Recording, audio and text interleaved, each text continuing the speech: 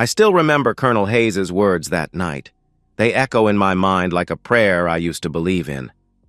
Marriage is built on one thing above all: loyalty. You stand by each other no matter what. You protect each other. You honor your vows. Without loyalty, you have nothing. Emma and I clinked glasses under the string lights, her eyes sparkling with what I thought was love.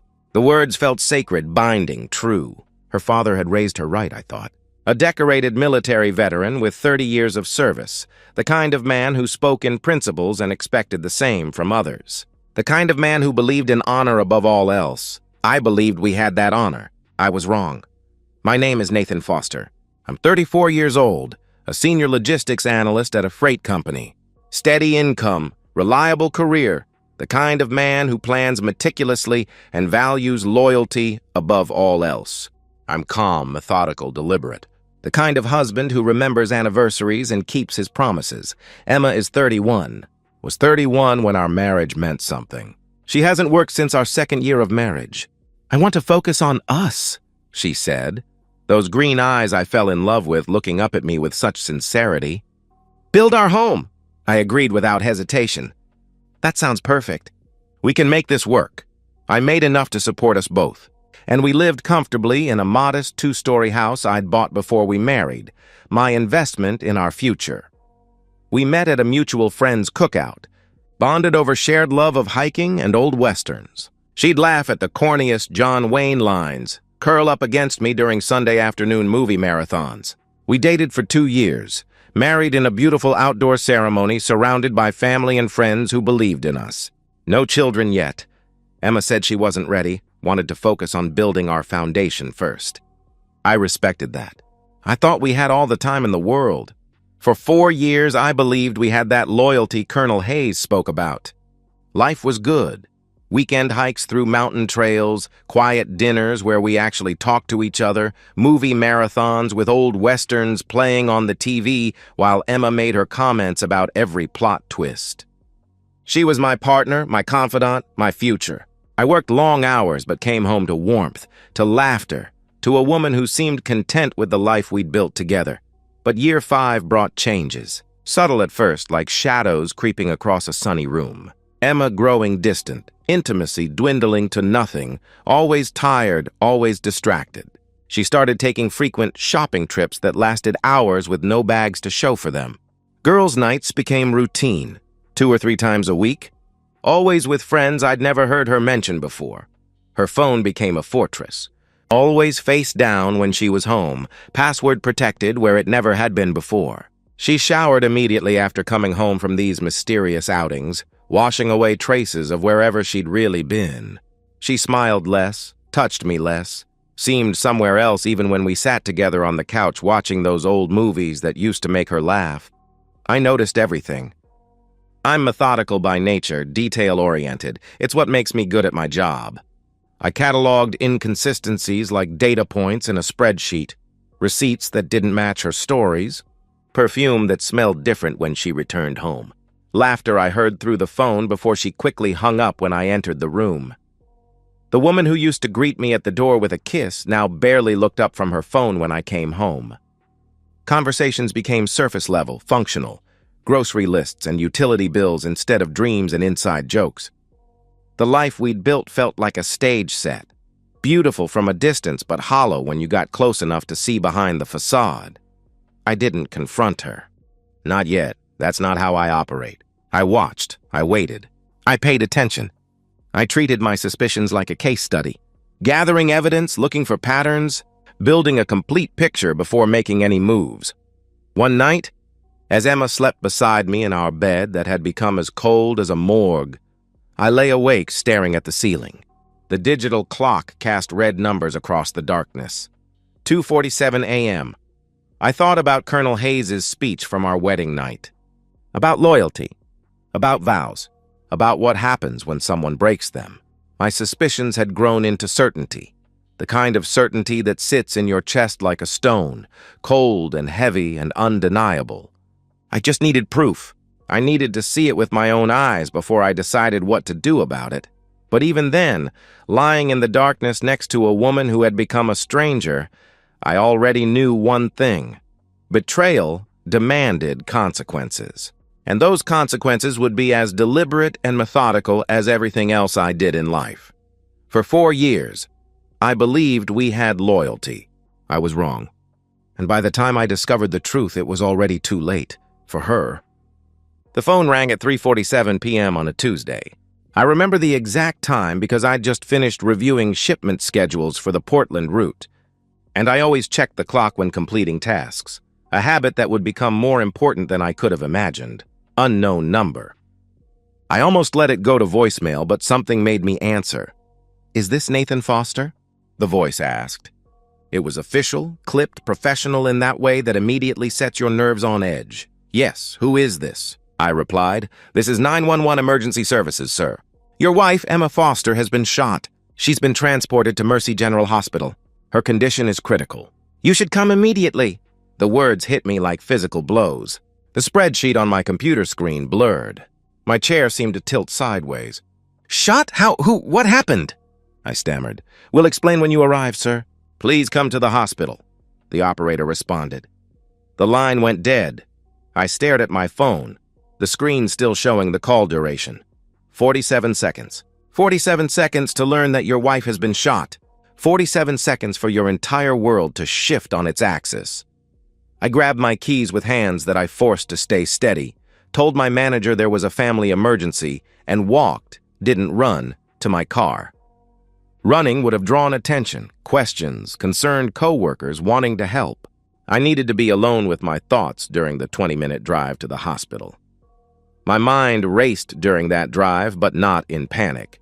In calculation, shot? Who shot her? Where was she when it happened? Was she alone?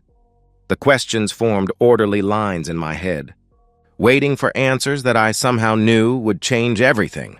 I pulled into the hospital parking lot at 4:23 p.m., parked in the first available space, and walked through the emergency room doors. The antiseptic smell hit me immediately. That universal hospital odor of bleach and fear and other people's tragedies. Emma Foster. Where is she? I asked the receptionist, my voice carrying exactly the right note of worried husband urgency. A nurse directed me to a family waiting area. Beige walls, uncomfortable chairs, the kind of room designed for delivering bad news. Minutes crawled by like hours. I sat perfectly still, hands folded in my lap, breathing steadily, preparing for whatever came next. Dr. Rivera approached, mid-40s, surgical scrubs still on, exhausted eyes that had seen too much.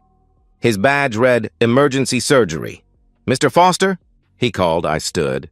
"How is she?" "What happened?" I asked urgently. "Your wife was shot 3 times, chest, abdomen, shoulder. She's in surgery now. The next few hours are critical, but she's alive. We're doing everything we can," he explained. 3 times. Professional, efficient, thorough. I felt my knees weaken appropriately, let confusion and shock play across my face like I was hearing this for the first time. "Who did this to her?" I demanded. 2 police officers approached. Detective Morgan, late 30s, sharp eyes that missed nothing, and Officer Davis, younger, taking notes.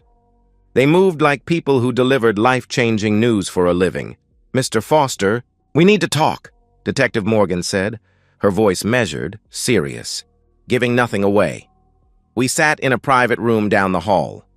I forced my hands to shake slightly, let my breathing become shallow and rapid, the physiological responses of a man whose world had just shattered. I focused on playing the part perfectly while my mind stayed ice-cold clear. Detective Morgan pulled out a notepad, pen poised. "Your wife was found at a cabin about 40 miles outside the city. We received a call from Colonel Richard Hayes, your father-in-law. He confessed to shooting her and another individual at the scene," she explained. I let my face go completely blank, mouth opening slightly as if the words wouldn't process. "What, the Colonel? Why would he—" "I don't understand," I said, confusion evident in my voice. "He told us he discovered your wife was having an affair." He confronted them at the cabin. Shots were fired. The man, identified as Kyle Brennan, 29, was killed at the scene. "Your wife was critically wounded," Officer Davis added.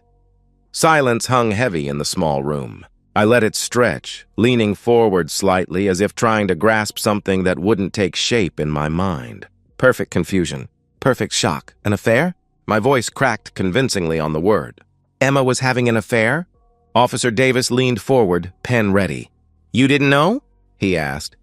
No, I had no idea, I replied, looking at the floor and covering my face with my hands in a gesture of complete devastation. She said she was going shopping, visiting friends. I trusted her completely. Did you have any suspicions about your wife's behavior recently? Detective Morgan pressed. I hesitated, a calculated pause that suggested a man reconsidering everything he thought he knew about his life. Maybe she'd been distant lately. I thought we were just going through a rough patch. Married couples do that, right? I never imagined... I stopped, shook my head as if the thought was too overwhelming to complete. Who is Kyle Brennan? I asked. We're still investigating his connection to your wife. Mr. Foster, where were you this afternoon between 2 p.m. and 4 p.m.? Detective Morgan inquired. At work. I was at my desk all day. You can check with my manager, my coworkers, our electronic clock-in system. I had lunch at my desk around 12:30. I remember because I was working on the Portland shipping schedules, I answered. Detective Morgan made careful notes. We will verify that. Have you been to this cabin before? She asked. I didn't even know it existed, I replied honestly. Do you have any reason to want to harm your wife or Kyle Brennan? She continued. I looked Detective Morgan dead in the eye, my expression a mixture of pain and bitter honesty. I didn't even know Kyle Brennan existed until 5 minutes ago. As for Emma? I paused, letting genuine bitterness enter my voice. If what you're saying is true, if she was cheating on me, then honestly, I don't know if I even care whether she lives or dies. But I didn't shoot her. I was at work.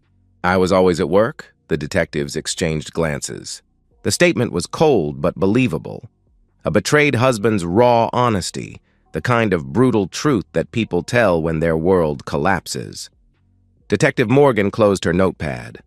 All right, Mr. Foster, we'll verify your alibi and be in touch. You're free to go, she announced. I stood slowly, shoulders slumped, hands in pockets, the perfect image of a devastated husband walking through a nightmare. Can I see her? I asked quietly. She's still in surgery. It'll be several hours, Dr. Rivera replied. I nodded, shuffled toward the door with the gait of a man carrying a weight too heavy to bear. I'll be back later. I need to process this, I said. I walked out of that hospital, through the lobby filled with other people's crises, past the information desk and the gift shop selling flowers for healthier relationships, out into the parking lot where the late afternoon sun felt obscene in its normalcy. I reached my car, sat behind the wheel, stared at nothing for exactly 60 seconds, long enough for any security cameras to capture a man in shock. Then my expression changed. The devastation faded. Something colder replaced it. Satisfaction mixed with calculation. They think I'm a fool. Perfect. Let them. The detectives thought they were looking at a man who'd just discovered his wife's betrayal. They were wrong. I'd known for weeks. And what I did with that knowledge, that's what really ruined her life. The drive back from that hospital parking lot transported me into memory as clearly as if I were watching a movie of my own life. 3 weeks ago, when suspicion turned into certainty, and certainty turned into something much more dangerous. 3 weeks earlier, the GPS tracker arrived on a Thursday morning, small enough to fit in my palm, magnetic, undetectable unless you knew exactly where to look. I'd ordered it from a security company website during my lunch break, paid with a prepaid credit card purchased with cash 3 towns over. No digital trail, no electronic footprints. Just a simple device that would tell me where my wife really went during those mysterious shopping trips. For months, things had been wrong. Not just different, wrong. Emma was distant in ways that went beyond tired or stressed. She'd developed new habits, showers immediately after coming home, phone always face down, new perfume I'd never seen her buy. Her girls' nights had become routine 2 or 3 times a week. Always with friends she mentioned by name, but never described, never brought home, never seemed to have actual history with. I'm methodical by nature. I noticed patterns. I collect data, and the data was telling me a story I didn't want to believe but couldn't ignore. The tracker installation took 15 seconds. Emma was upstairs showering, Another new habit after her Wednesday lunch with Sarah, and I walked to her car in our driveway, knelt beside the rear bumper, and attached the magnetic device in a spot where it would never be found. My hands didn't shake. My heart rate stayed normal. This was just another problem to solve, another system to analyze. For a week, I monitored her movements on the tracking app during work hours. Grocery store, gym, coffee shop. Everything checked out. Emma's digital footprint matched her stated activities perfectly. I almost felt relieved. Maybe I was paranoid. Maybe the distance was just stress from her mother's health problems. Maybe marriage had natural ebbs and flows I didn't understand. Then, on a Thursday afternoon, her car traveled 47 miles outside the city limits, deep into rural woods, nowhere near anything Emma had ever mentioned visiting. The GPS coordinates showed her car stationary in what appeared to be wilderness, miles from the nearest town or legitimate business. I checked my watch, 11:43 a.m. My lunch break was in 17 minutes. I informed my manager I was stepping out for lunch, got in my car and followed those coordinates. The drive felt surreal, highway giving way to country roads narrowing to dirt paths, civilization disappearing in my rearview mirror. My mind stayed blank, no anger yet, no conclusions, just cold, methodical focus on gathering information. I parked half a mile from the GPS location and walked through the trees. November air cut through my jacket like a blade. Leaves crunched under my boots with each step. I moved carefully, quietly, like I was tracking an animal that might bolt if it detected my presence. The cabin appeared through the branches like something from a fairy tale. Small, isolated, wood-sided, with smoke curling from the chimney. 2 cars in the narrow driveway, Emma's sedan and a silver pickup truck I didn't recognize. I approached from the side, keeping low, using the dense tree line for cover. Each step was calculated, purposeful, bringing me closer to whatever truth waited inside those walls. I reached the side window, pressed myself against the rough wood siding, and peered through the gap in the curtains. Emma sat on a man's lap on a leather couch. She was laughing, really laughing, the way she used to laugh with me 3 years ago but hadn't in months. The man had his arms around her waist, hands familiar and comfortable on her body like they'd been there many times before. They were drinking wine from glasses that suggested this wasn't a quick meeting but an established routine. She leaned in and kissed him. Slow, intimate. Not the kiss of a new affair, but of established intimacy. Her hands moved through his hair with practiced familiarity. He was younger than me, maybe 28 or 29, with the kind of easy smile that suggested he'd never worried about mortgages or retirement plans or any of the adult responsibilities that had shaped my life. My vision tunneled. Blood pounded in my ears like a drum. Every muscle in my body tensed with barely controlled rage that threatened to explode outward in ways that would destroy everything I'd built. I could see it so clearly, kicking down the door, dragging him outside by his throat, beating him until his face was unrecognizable and my hands were broken and Emma was screaming for me to stop. But that meant prison. That meant losing everything. That meant I would pay the price for her betrayal while she walked away with victim status, with sympathy, with people saying he couldn't control his anger and she's better off without him. I forced myself to breathe, to think, to be methodical even while rage tried to consume rational thought. I pulled out my phone with hands that shook despite my efforts to control them, opened the camera app, and recorded 15 seconds of video. Emma on his lap, his face clearly visible, the cabin interior recognizable, the timestamp embedded in the metadata. Undeniable proof that could never be explained away or gaslit into something innocent. I backed away from the window slowly, moved through the trees back to my car, sat in the driver's seat while my heart hammered against my ribs. The video sat on my phone like a grenade with the pin pulled, evidence that would destroy multiple lives the moment it was deployed. I wanted to scream. I wanted to cry. I wanted to drive back there and burn the cabin down with both of them inside. Instead, I thought about Colonel Hayes, about his wedding speech, about loyalty and honor and principles, about a man who had spent 30 years in the military, who lived by a code, who had raised his daughter to value vows and commitment above personal desire. What would the colonel do if he knew his daughter was betraying everything he taught her? An idea formed in my mind, cold, calculated, perfect in its simplicity. I opened my laptop right there in the car, connected to a VPN service through multiple proxy servers, created a new anonymous email account with no identifying information. I attached the video file and typed one sentence: "Your daughter is at this cabin. Thought you should know." I sent it to Colonel Hayes's email address, the one I had from our family group chat about holiday plans and birthday celebrations. Then I deleted the sent message, wiped the browser history, cleared my phone's metadata, removed the GPS tracker from Emma's car during my drive back to work, and clocked in at 1:14 p.m. Right on time. Perfectly normal. I exchanged pleasantries with coworkers, finished my afternoon reports, attended a 3 p.m. meeting about shipping delays, clocked out at 5:03 p.m. like nothing had happened. Like I hadn't just set an irreversible chain of events in motion.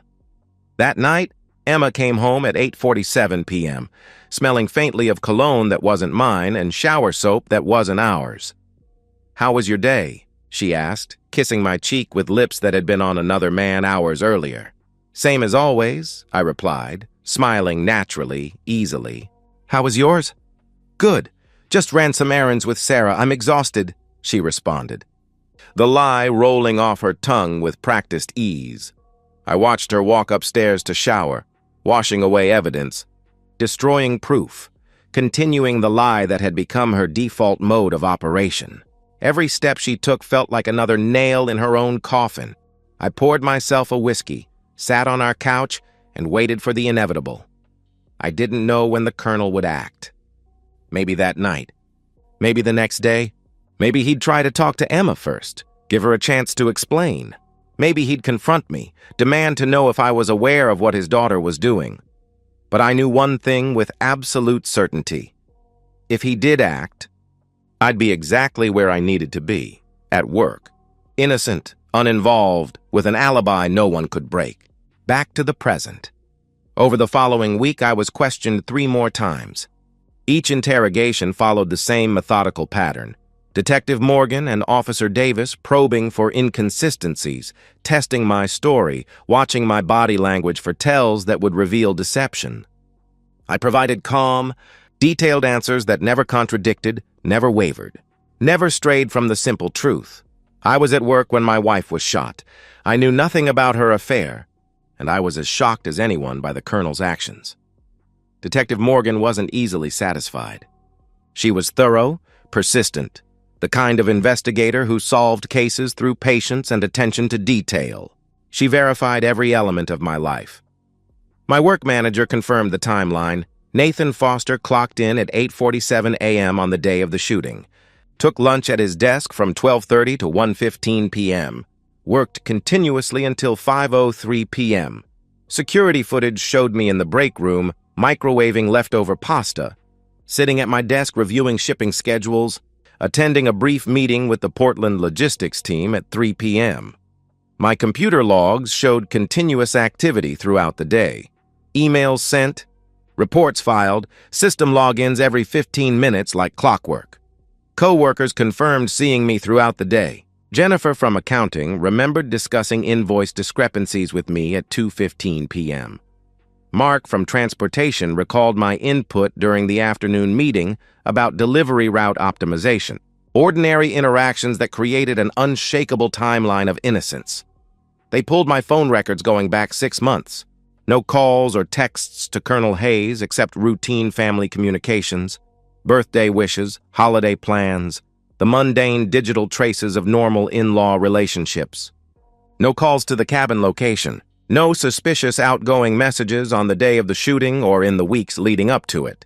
They examined my car's GPS navigation history and recent mileage with a warrant I welcomed. No record of me driving 47 miles out of the city to any remote cabin. My documented routes showed only predictable patterns: home to office, office to home, weekly trips to the grocery store, occasional visits to the gym. Nothing that suggested surveillance or stalking behavior. The search of our home computer revealed browsing history that was aggressively normal. work emails, news sites, hiking trail reviews, Amazon purchases for household items. No GPS tracking software. No searches for how to hire a hitman or how to make murder look like an accident. No. Digital breadcrumbs that would lead back to anonymous email accounts or proxy servers. The anonymous email sent to Colonel Hayes became a central focus of their investigation. Tech forensics traced it to a burner email account created through a VPN service with multiple proxy layers. The video file's metadata had been stripped clean.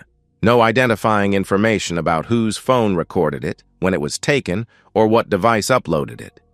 The digital trail ended in a maze of encrypted connections that led nowhere. Detective Morgan sat across from me in that same hospital conference room for what she promised would be our final interview. Her frustration was palpable, professional composure cracking slightly around the edges. "Mr. Foster, I'll be honest with you. Something about this entire situation doesn't sit right with me. The timing is too convenient. Your wife is having an affair. Someone sends evidence to her father. He shoots her the same day. You benefit from all of this," she stated directly. I met her gaze steadily, calmly, letting a hint of bitter honesty enter my voice. "Benefit?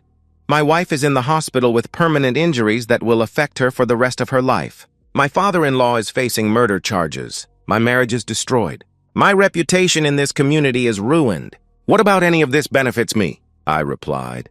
"You're free of a cheating wife without having to pay alimony in a messy divorce. She's clearly the guilty party now," she countered.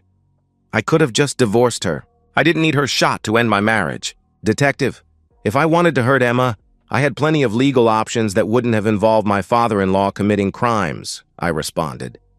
Detective Morgan tapped her pen against her notepad, a nervous habit that suggested the investigation wasn't proceeding as she'd hoped. Someone knew about that affair and wanted Colonel Hayes to find out.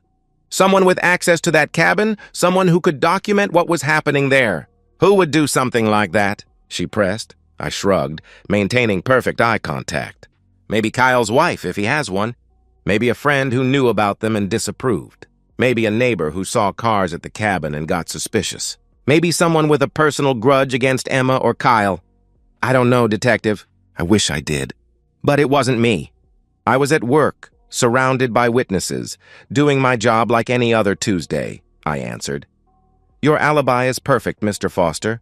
Too perfect," she observed. "Would you prefer I was guilty of something? Would that make your job easier?" I asked. "I'd prefer the truth," she replied firmly. I stood slowly, buttoning my jacket with deliberate movements. "The truth is that my wife betrayed our marriage vows with another man. Her father found out about it and went to confront her. He brought a gun and used it. Those are the facts. Whether my alibi is too perfect or just accurate doesn't change what actually happened," I stated. I walked out of that conference room knowing I would never be questioned again. Without physical evidence, without holes in my timeline, without any traceable connection between Nathan Foster and the anonymous email that started everything, I was officially cleared and removed from the suspect list. Emma survived, barely. 2 months in the hospital felt like a lifetime of consequences unfolding in slow motion. 5 surgeries to repair damage to her chest, abdomen, and shoulder. Permanent nerve damage in her left arm that would never fully heal. Scars that would never fade. Visible reminders of choices and consequences. A limp that months of physical therapy couldn't completely correct. When she was finally told that Kyle Brennan died at the scene, 3 shots to the chest. Dead before paramedics arrived, she collapsed into sobs that lasted for hours. The man she thought she loved, the man she'd risked everything for, was gone forever because of what they'd done together. She was told her father confessed immediately, cooperated fully with police, showed no remorse for killing Kyle but profound regret for shooting his own daughter. She was told that Nathan knew everything now, about the affair, about the cabin, about the 8 months of lies she'd told while looking him in the eye every single day. When she was discharged from the hospital, she couldn't return to the house she'd shared with me. I wouldn't allow it. She moved into her mother's house. Linda Hayes, a woman who aged a decade in 2 months, caring for her broken daughter while her husband sat in a cell awaiting trial. I sent divorce papers to Linda's address 2 weeks after Emma's discharge. Clean, simple, uncontested. No alimony demands because Emma was clearly at fault. No asset division fights because she had no legal standing to claim anything. No custody battles because there were no children to complicate matters. Emma signed those papers without reading them, without fighting, without demanding anything. She knew what she'd done. She knew I knew. There was nothing left to fight for. Colonel Richard Hayes was charged with second-degree murder for Kyle Brennan and attempted murder for Emma. His trial proceeded with military efficiency. He didn't fight the charges. Didn't claim self-defense, didn't attempt to minimize his responsibility. His attorney argued crime of passion, temporary insanity triggered by discovering his daughter's betrayal of everything he'd taught her. The prosecution presented the anonymous video as evidence of what provoked him, but could never identify who sent it or why. The colonel took the stand in his dress uniform, every ribbon and medal earned through decades of honorable service. His testimony was precise, unflinching, devastating in its honesty. I received evidence that my daughter was betraying her marriage vows. I went to the cabin to confront her. I saw them together doing what the video showed they were doing. I brought my service weapon because I am a soldier, and soldiers carry weapons. I fired that weapon. I killed Kyle Brennan. I almost killed my daughter. I was wrong to take the law into my own hands. I accept full responsibility for my actions. I dishonored myself, my family, and my years of service to this country, he testified. The jury deliberated for 3 hours and 14 minutes. Guilty on both counts. 20 years in prison. No possibility of parole for 15 years. I attended the sentencing, sitting in the back row, silent and invisible. When the verdict was read, the colonel's face showed no emotion, just acceptance of consequences. The same way he'd accepted orders throughout his military career, I felt nothing but acknowledgement. It was over. Justice had been served, not by my hand, but by the natural consequences of betrayal meeting honor. The colonel had done exactly what I'd known he would do, acted according to his principles, his code, his unshakable belief that loyalty and honor mattered more than personal comfort or family politics. And I had been exactly where I needed to be when it happened. At work, innocent, uninvolved, with an alibi that could never be broken. 1 year after the shooting, I sit on my back porch on a Saturday evening, beer cold in my hand, watching the sunset paint the sky in shades of orange and purple that would have seemed impossible a year ago. The house is quiet, cleaner than it's been in years, organized exactly the way I want it. Finally mine again in every sense that matters. I've been promoted at work, senior operations manager, substantial raise, corner office with windows that face east toward the sunrise. My colleagues know about what happened with Emma, but they don't press for details. They see a man who handled tragedy with dignity, who rebuilt his life after betrayal, who carries himself with quiet strength. They respect my privacy and my professionalism. I haven't remarried, haven't dated, haven't even tried. Maybe someday I'll be ready to trust someone again, to believe in partnership and shared futures and all the things I used to think marriage represented. But for now, I'm content with my routines, my work, my carefully ordered life that belongs entirely to me. Ranger lies at my feet, 65 pounds of German Shepherd loyalty and uncomplicated companionship. I adopted him 8 months ago from a local shelter, a 3-year-old dog whose previous owners abandoned him when they moved. He's been the perfect roommate. Protective without being aggressive, independent without being distant, loyal in ways that humans seem incapable of achieving. We go for long evening walks together through the neighborhood, past houses filled with families and laughter and all the things I used to believe I had. I don't miss it, not the way it actually was, at least. I miss what I thought I had, the illusion of partnership, the fantasy of mutual loyalty, the belief that my marriage meant something real and permanent. I think about Colonel Hayes sometimes, especially during these quiet evening hours when the world feels still and honest. A good man, honorable, disciplined, someone who lived by principles and expected others to do the same. He didn't deserve 20 years in prison, but he made his choice when he brought that service weapon to the cabin. He took the law into his own hands, and consequences don't bend for honor or good intentions. I wrote him a letter 6 months ago, after the appeals process failed and his sentence became final. Simple, respectful, honest. Colonel Hayes, I know you acted to defend principles you hold sacred. I understand why you did what you did. You taught me what loyalty truly means, and I've tried to live by that principle every day since our wedding. I hope you find peace wherever this road takes you. Nathan never received a reply. Don't expect one. The colonel probably knows or suspects more than he'd ever say out loud. But we understand each other in ways that don't require words or acknowledgement. Emma still lives with her mother, working part-time at a small bookstore downtown, moving slowly through life with her cane and her scars and her nightmares.